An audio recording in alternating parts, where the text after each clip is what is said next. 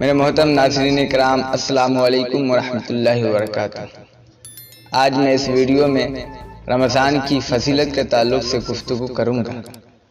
روزہ فضل خداوندی کا آئینہ ہے۔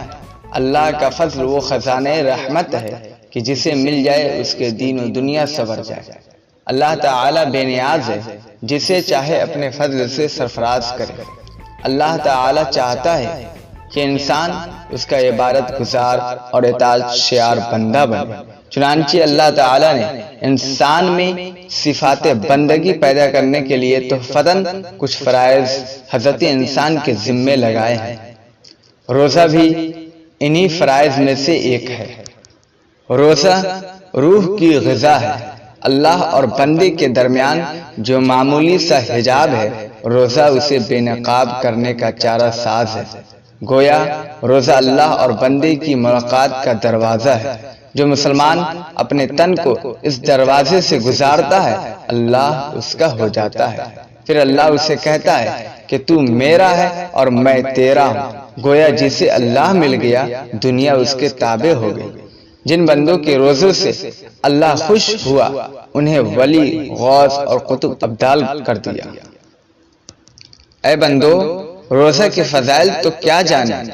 روزہ کی قدر و قیمت پوچھنی ہے تو سرور دو جہاں سے پوچھ، رسول اکرم صلی اللہ علیہ وسلم کے صحابہ سے پوچھ، جو صحرائے عرب کے تپتے ہوئے ریگزاروں میں گرمیوں کے موسم میں روزے رکھتے تھے اور جہاد بھی کرتے تھے۔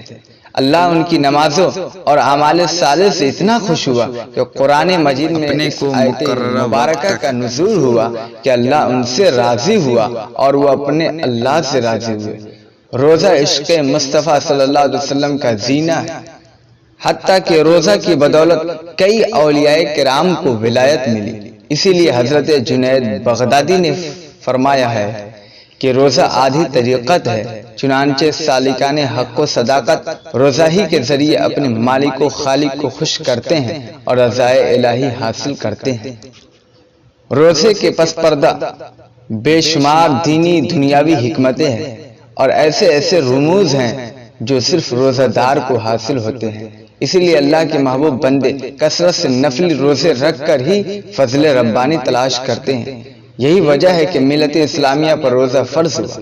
رسول اکرم صلی اللہ علیہ وسلم کی بے شمار ارشادات عالیہ ہیں جن میں روزہ کے فضائل بیان ہوئے ہیں، اور انہی فضائل کی بنا پر روزہ رکھنے کی تلقین بھی کی گئی ہے۔ روزے کی فضیلت کے تعلق نبی اکرم صلی اللہ علیہ وسلم نے فرمایا، لو یعلم العباد ما فی رمضان لتمننا امتی ان تکون السنت کلها رمضان، کہ اگر اللہ کے بندے رمضان کی فضیلت جان لے تو میری امت تمام سال روزہ سے رہنے کی خواہشمند ہوتی۔ گویا کہ روزہ اسلام کی عبادات میں سے محبوب ترین عمل ہے، جس سے اللہ اور اس کا رسول خوش ہوتا ہے، اور جس پر اللہ اور اس کا رسول مہربان ہو جائے تو اس کی تقدیر بدل جاتی ہے۔